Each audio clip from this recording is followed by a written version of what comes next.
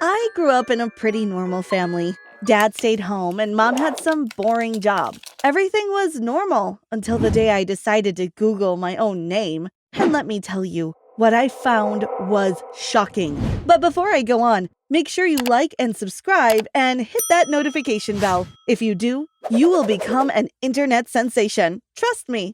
Life for me was pretty boring, if I'm being honest. I didn't have any brothers or sisters, so I spent most of my time alone. Mom was always at work, and Dad spent all day cleaning the house and cooking. That's why I found myself sitting in my room with nothing to do. I was bored, so I switched on my computer and Googled my name. I was expecting to find maybe the hospital I was born at, or maybe a school certificate. But what I found was more shocking than that. I found a missing persons report, and it was me.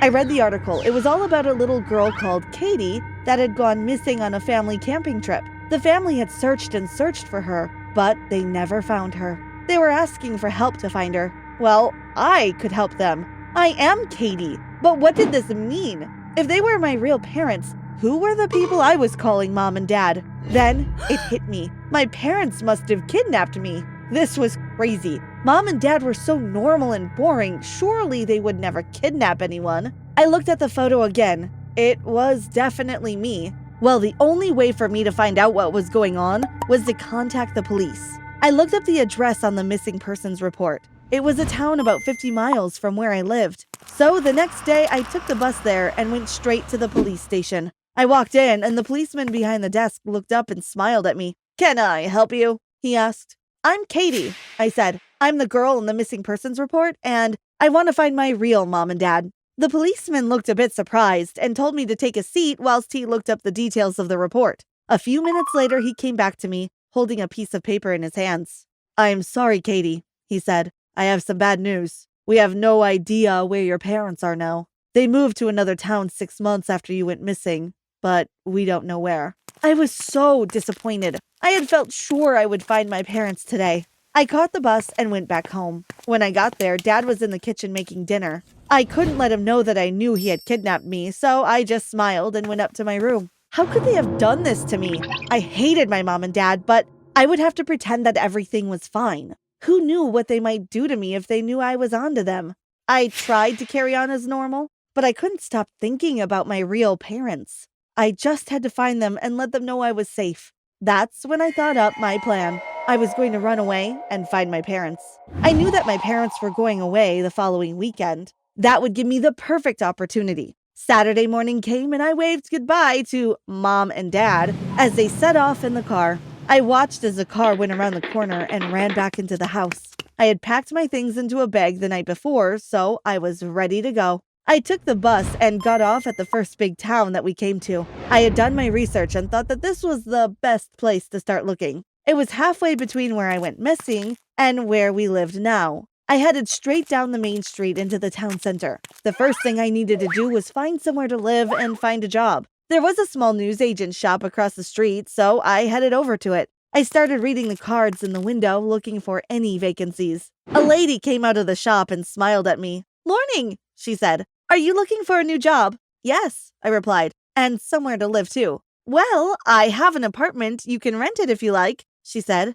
Wow, she is really nice and so friendly too, I thought. I think I'm going to like living in this town. I wrote down the information about a couple of jobs that I liked the look of and followed her along the street. "It's not far from here," she said. We walked along chatting. I couldn't believe how nice she was to me. She felt like a friend, not a stranger. The apartment was perfect. "This is just what I need," I said. We agreed on a price and I paid her the deposit. Now all I need is to find a job, I thought. I rang the number on the first card. "Hi, I'm calling about the vacancy you have for a receptionist," I said. "Is it still available?" The girl told me to go in that afternoon for an interview. I went to the office and asked to see the manager. "Come this way," said the girl at the desk. I followed her and went into the manager's office. "She'll be with you in a minute," said the girl. A few minutes later, the door opened and a lady walked in. She smiled at me and said, "Oh, hi, you're looking for a new job then, are you?" "Yes, I am," I replied. "Well, I'm sure you will fit in well here," she went on. "You can start on Monday." Well, that was really easy. She didn't even ask me any questions. It was as though she already knew me. Monday morning came and I set off for work. It was only about a 15-minute walk away from my apartment. As I walked along the street, people smiled and waved at me. Everyone was super friendly in this town. I soon started waving back and saying good morning. As I got near the office, a lady was crossing the street. "Morning, Katy," she said. "Morning," I replied. Then I stopped dead. Wait a minute. Did she just call me Katy? How did she know my name?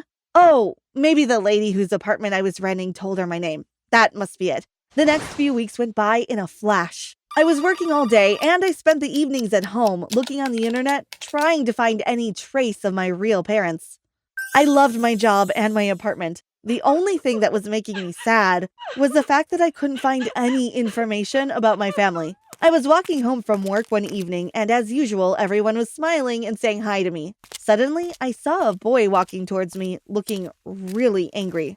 "Where have you been?" he asked. "I've been waiting over an hour for you. Why did you stand me up?" What was he talking about? Was he crazy? I'm sorry, I replied. "Do I know you?" "That's not funny, Katy," he said. "Wait a minute. How do you know my name?" I said. "Well, of course I know your name. We have been dating for 2 years," he replied. "What are you talking about?" I asked. "I've never seen you before." He looked at me. "Oh my God, you are serious," he said. "Have you banged your head or something?" "I don't know who you are, and I haven't banged my head," I replied. "You must be making this all up. Come with me and I will show you," he said. He pulled me by the arm and I followed him. I was probably going to regret this, but I had to know what he was talking about. Maybe he was my boyfriend? Could I have really forgotten 2 years of my life? We arrived at his house and went inside. He told me to sit down and he went to make me a cup of tea. When he got back, he had the tea in one hand and a photo album in the other. "Here," he said, "have a look through this." I took the photo album and started turning the pages. My mind was in turmoil. There were hundreds of photos, and it was all me and him together. We were at the park, dinner parties, and at the zoo. Why couldn't I remember any of this? I looked at him, and he could see the panic in my eyes. "Don't worry, Katy," he said. "I'm going to get you help. Finish your tea, and then we will go to the doctor's." Just then, I heard a knock at the door. "I'd better see who that is," he said. I heard him open the door and tell someone to come in. The lounge door opened and I looked up. He was standing there. His face was white as a sheet. It was as though he had seen a ghost. When I saw who was standing behind him, the color drained from my face too. It was me. Well, at least it was someone who looked exactly like me. "This is Katy," he said. "No, I'm Katy," I shouted. The girl looked at me in shock. "Kevin, who is this girl?" she asked the boy. "Her name is Katy," he replied. "I thought she was you." She sat down on the sofa next to me and said, "You had better tell me what is going on." I told her all about why I was in that town. I asked Kevin to get his laptop and I searched my name on Google. I showed her the missing persons photo. "I was kidnapped and I'm trying to find my real parents," I told her. She looked at the photo. "But that is me," she said. "When I was younger, my parents abandoned me and I was adopted by a lovely family." I struggled to process what I was hearing. So I hadn't been kidnapped? My parents must be so worried about me. But what about this missing persons photo? And why did this girl look exactly like me? I knew there was only one way to find out the truth. We would have to confront my kidnappers and make them tell us what happened to my parents. I told Katy my plans and she said that she would come with me. I was really nervous on the bus ride home, but I felt better knowing that Katy was there with me. It didn't take long until we were pulling up at the familiar street. It was a short walk from the bus stop to my old house. I could imagine Dad in the kitchen making some dinner and Mom would be in the lounge watching TV. Would they be happy to see me? Or angry that I had caught them out for kidnapping me? I opened the door and walked into the room. Dad looked up in shock. The plate he was holding fell crashing to the floor. "I know what you did," I say. "You kidnapped me from my real parents. I just want to know where they are." Then Katy stepped into the room. "Yes, we want to know what's going on," she said. Dad stood up and walked towards her. "Katy," he said, "is it really you?" Mom came running over and hugged her. "I can't believe it," she said. I was so confused. I thought they would be angry that they had been caught. This was the last thing I expected. "Sit down, you two," said Dad. we need to explain. And that's when all the pieces fell into place, like a jigsaw puzzle. They explained what really happened. Dad told us that they had gone on one family holiday, and Katy had gone missing. We searched everywhere, but you were gone, he said sadly. We waited 6 months, but we couldn't live there any longer. The memories were too painful. That's when we moved here, and we had you, Katy, Mom said, looking at me. We missed your sister so much, we called you Katy, too. Everything made sense then. That was why everyone was so friendly to me when I arrived in town. They believed I was Katy, and that was why I had seen the missing persons report and thought it was me. It was also so strange how Katy and I looked the exact same. Katy and I looked at each other. She smiled at me. I knew then that everything was going to be all right. Mom and Dad weren't kidnappers. They were actually my real parents. And I had a sister now, too, even though it was going to be a bit weird that we both had the same name.